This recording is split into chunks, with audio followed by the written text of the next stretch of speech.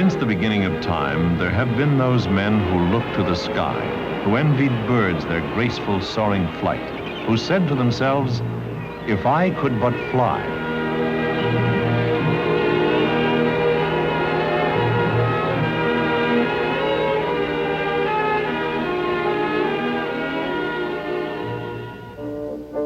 After eons of frustration, man did fly. It was the year 1783 AD when man first freed himself from the bonds of earth and rose to heights once reserved for winged creatures alone. He first ascended toward the heavens, suspended from a fabric bag filled with heated air. It wasn't long before the interest in ballooning became widespread, and its military possibilities were considered by many countries, including the United States. During the American Civil War, the Union Army used balloons for observation purposes. In the last half of the 19th century, the interests of many experimenters shifted from the lighter-than-air balloons to the glider. Visionaries considered the feasibility of adding a mechanical means of locomotion to the glider. Their ultimate goal was to develop a glider which could use some means of power for flight, a man-carrying aircraft. A technological breakthrough occurred with the invention of the high-speed internal combustion engine. Near the end of the century, the high-speed engine was married to the glider. The result was the birth of the airplane. In 1903, two imaginative bicycle mechanics felt they had a heavier-than-air machine which could carry a man aloft in sustained, controlled flight. Wilbur and Orville Wright, after 4 years of experimentation, gave the glider a water-cooled 12-horsepower engine which they designed themselves. The engine powered two chain-driven pusher-type propellers. December 17, 1903 was a cold, windy day at Kitty Hawk, North Carolina. By the toss of a coin, Orville won the chance to become the first man in history to fly under power. The first flight, covering a distance of 120 feet, lasted only 12 seconds. 4 flights were made that day, and the last flight covered 852 feet in 59 seconds. Because of the bleak December weather and a lack of fanfare, only 5 people witnessed those first historic flights. The Wrights returned home to Dayton, Ohio to continue their experiments. For one thing, they had to refine the controlling devices in order to turn the airplane in a safe manner. They began to patent certain features of their flying machines. In 1907, the Wright brothers' achievements were brought to the personal attention of President Theodore Roosevelt. The potential of the airplane as an instrument for national defense was pointed out. In December of that year, Signal Corps Specification number 486 was issued. It provided that the government would buy a flying machine from the lowest bidder. A flying machine which could attain a speed of at least 40 miles per hour and carry 2 persons with a combined weight of 350 pounds, a distance of 125 miles. It also stipulated that it would have to pass an endurance flight test of at least 1 hour while being steered in all directions and remain under perfect control.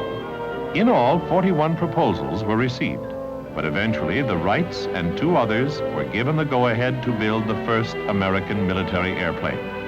The Wrights were the only ones to deliver.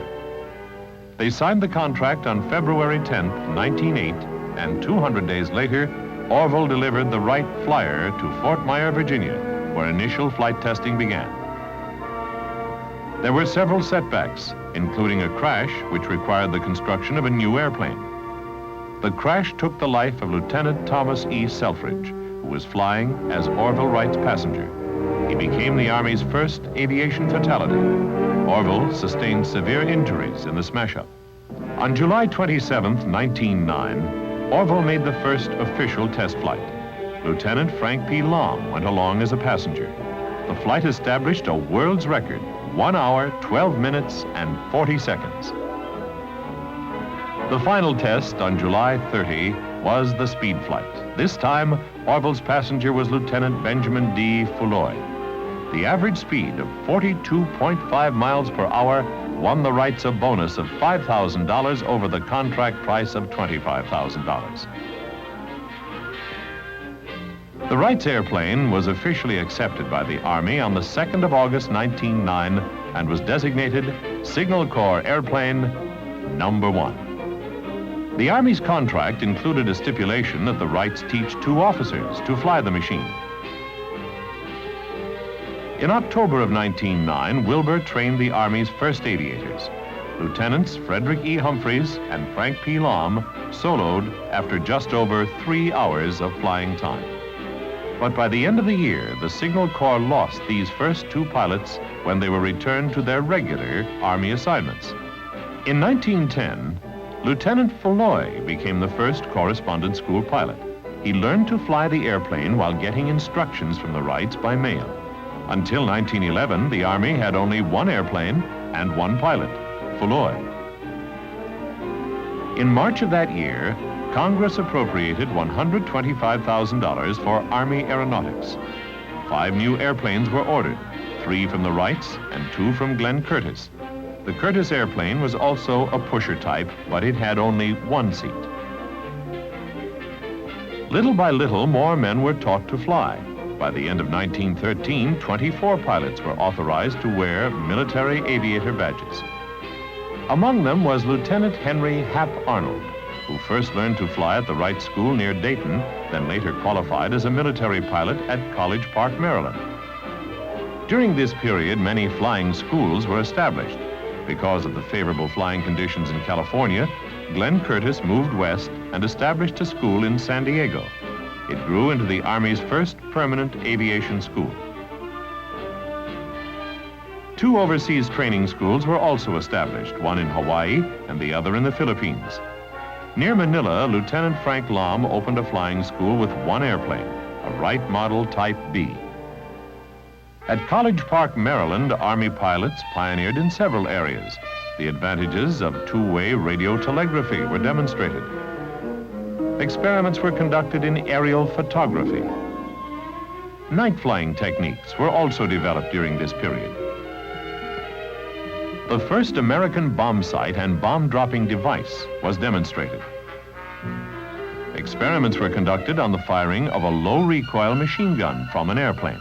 Named the Lewis gun, it eventually became standard armament on Allied planes during World War I. This was truly a period of experimentation in American aviation, and in spite of a lack of funds and other obstacles, Army aviation had made progress. In 1913, the Signal Corps realized that the time was ripe to establish an air organization capable of military operations in the field. At Texas City, Texas, the 1st Aero Squadron was organized as an interim measure to meet an emergency situation. The squadron flew its 9 airplanes with the 2nd Division, guarding the Mexican border. This organization was officially organized in September 1914. In 1914, Congress authorized the establishment of an aviation section in the Signal Corps and appropriated $250,000 to expand the aerial forces. The expansion meant more men and more planes. Faster and safer airplanes were built. The Army's first tractor-type aircraft, delivered in 1912, was a hydroplane built by the Burgess Company. The propeller was mounted in front of the pilot rather than behind him. By 1914, the pusher-type airplanes were declared dangerous and were removed from use. They were replaced by new Curtiss J tractor-type planes. Glenn Curtiss's tractor-type biplane eventually evolved into the famous series of Curtiss Jennies, which were used for training during World War I. The United States Army witnessed the airplane developing gradually until it emerged as a true military weapon. When World War I began, less than 11 years after the success of the Wright brothers, the airplane began to influence the histories of many nations.